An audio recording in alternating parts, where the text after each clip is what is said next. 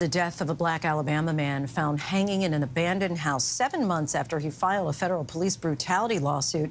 Colbert County Sheriff Eric Ballantyne confirmed to ABC News that a state autopsy ruled 39-year-old Dennoriss Richardson died by suicide in September. But the family's independent autopsy concluded that homicide or staged suicide cannot be ruled out, namely because the hyoid neck bone was missing from the body after it was sent to the family.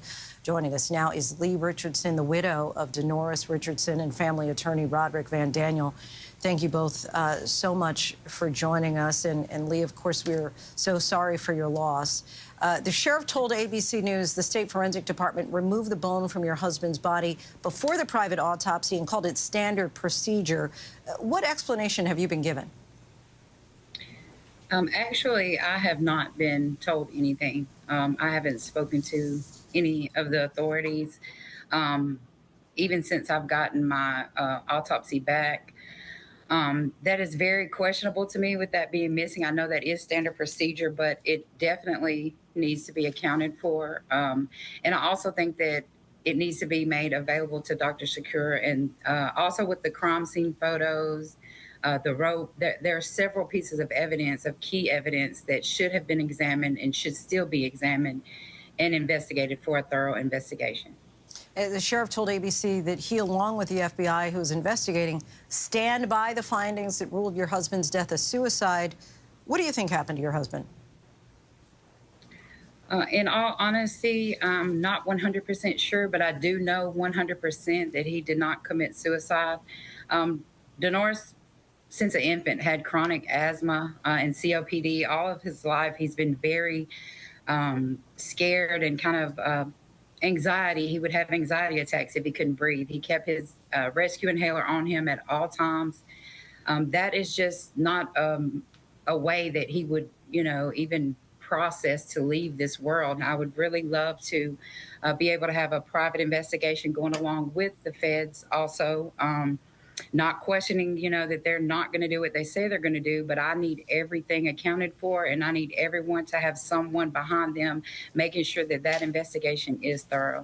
And Mr. Van Daniel, you represented Dennoriss in his federal lawsuit against Alabama police, alleging in part excessive force. You think the suit in any way played a part in Dennoriss's death? To me, for the suit is a part of a long precedent of the community and for the black citizens being harassed in the community.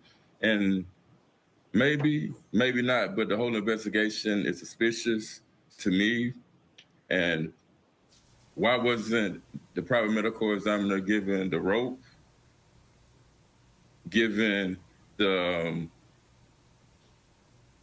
hyoid bone, which is very important for this investigation?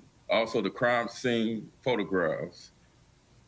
And again, I think this whole investigation is suspicious to me. When you asked for the hyoid bone, when you asked for the rope or the crime scene photos, what explanation were you given? It's under investigation. Well, they told us it's an ongoing investigation because the FBI came in. Okay. Where do things stand with that lawsuit at this point? We're moving forward with the lawsuit. We have Ms. Richardson. She substituted as a party, so we're moving forward. We just have to amend the complaint, but the judge awarded us to substitute her as the party. And Lee, what would you like people to know about your husband, Dennoriss, as a father, as just a friend? He was a wonderful man. He just had that spirit of uplifting. He never was negative in any way. He is the person that any friend or family member would go to for just solid advice. He's going to call it ace a ace, a deuce a deuce. He was just a very real person. He was very spiritual. And he was a great father. Well, we thank you so much for talking with us, Lee Richardson, Roderick Van Daniel, and again, our condolences for the passing of your husband. Thank you so much for having us. We thank you. And still to come, the wildfires